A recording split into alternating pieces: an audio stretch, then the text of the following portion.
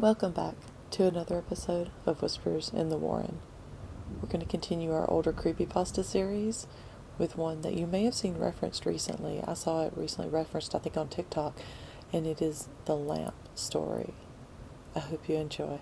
My last semester at college, I was assaulted by a football player for walking where he was trying to drive.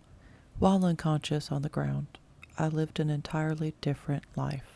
I met a wonderful young lady. She made my heart skip and my face red. After 2 years, we got married and almost immediately had a daughter. One day, while sitting on the couch, I noticed the perspective of a lamp was odd, like inverted. It was still in 3D, but just wrong. I was transfixed. I couldn't look away from it. I stayed up all night staring at it. The next morning, I didn't go to work. Something was just not right about that lamp. I stopped eating. I left the couch only to use the restroom at first, and soon I stopped that as well, seeing as I wasn't eating or drinking. I stared at the fucking lamp for 3 days before my wife got really worried. She had someone come and try to talk to me, but by this time my cognizance was breaking up, and my wife was understandably freaking out. She took the kids to her mother's house just before I had my epiphany. The lamp was not real. The house, not real. My wife, my kids, none of that was real. The last 10 years of my life were not fucking real. The lamp started to grow wider and deeper. It was still inverted in its dimensions, but it took up my entire perspective, and all I could see was red. I heard voices, screams, all kinds of weird noises, and I became aware of pain. A shit ton of pain.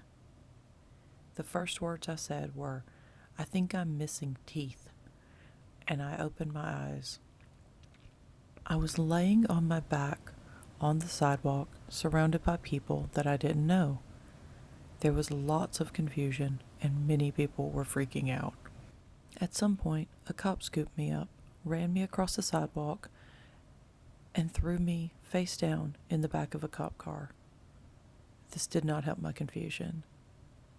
I was taken to the hospital by the cop, who seemed to not want to wait for the ambulance, and they hooked me up to a dozen machines.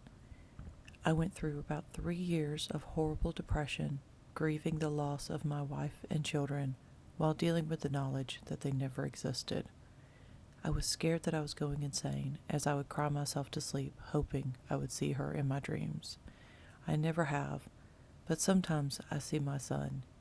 Just a glimpse out of my peripheral vision. He's perpetually 5 years old, and I can never hear what he says. That's all for tonight. We'll see you next time on Whispers in the Warren. Good night.